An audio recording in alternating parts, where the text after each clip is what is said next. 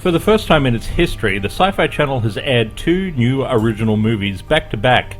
I know I watched them, but it was like I slipped into a mini coma for the duration of both of the films, and I can barely remember a thing. As life's too short to rewatch them, I'm going to review the few things I do remember. So I guess you should take everything I say with a grain of salt. Maybe a couple of grains. Heck, this entire quote-unquote review might be a work of fiction, as far as either of us know. The Black Forest is about a group of people going on a tour of the German B-movie equivalent of Stonehenge. The group consists of 2 super nerds, a sexy doctor, a couple, their baby, and nanny.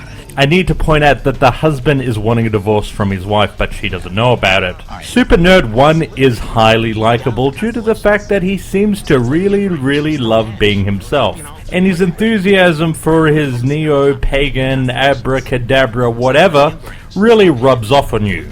It's a shame he gets killed early on and we're stuck with Super Nerd 2. Super Nerd 2 isn't nearly as likable. He's a nerd-turned-romantic hero, but with none of the romance. He's like a lesser Shia LaBeouf. Anyway, they get to the B-movie equivalent of Stonehenge, and a fairy takes the couple's baby, and their tour guide disappears as well. From there, the sexy doctor takes lead of the group, and they get stuck in the Black Forest, and a bunch of common fairy tales come to life and play out and kill them, and you get the idea.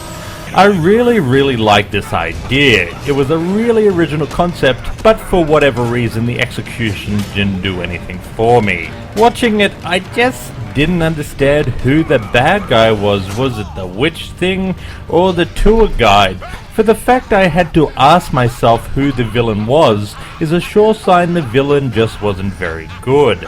The husband dies, and the only people who escape the forest are the nerd-turned-romantic hero and the mother. When they get out, they find out they've been gone for like a bajillion years, so the village decides to look after them, and the sexy doctor is left in the Black Forest to kill everything else.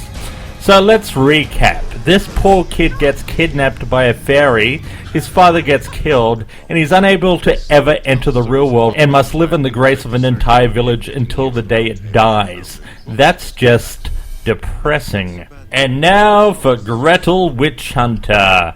And, well, it's a part of the Sci-Fi Channel series of reimagined fairy tales, and, yeah, or maybe I just should read its IMDb synopsis. 20 years after his encounter with the witch, a grown-up Hansel returns to the haunted forest seeking revenge. But there's a surprise waiting. His sister Gretel, who had thought had been killed, is the witch's protégé. I've only got 3 things to say about this film. I don't like Paul McGillen, who plays Hansel. He's a made-for-TV regular. You may have forgotten seeing him as the sheriff in Iron Invader. He also played J.K. Rowling's father in the unauthorized Lifetime bio-movie entitled Magic Beyond Words, the J.K. Rowling story. Shannon Doherty shouldn't be cast as a villain, and at times she looks a little bit like Snooki, and the ending sucks.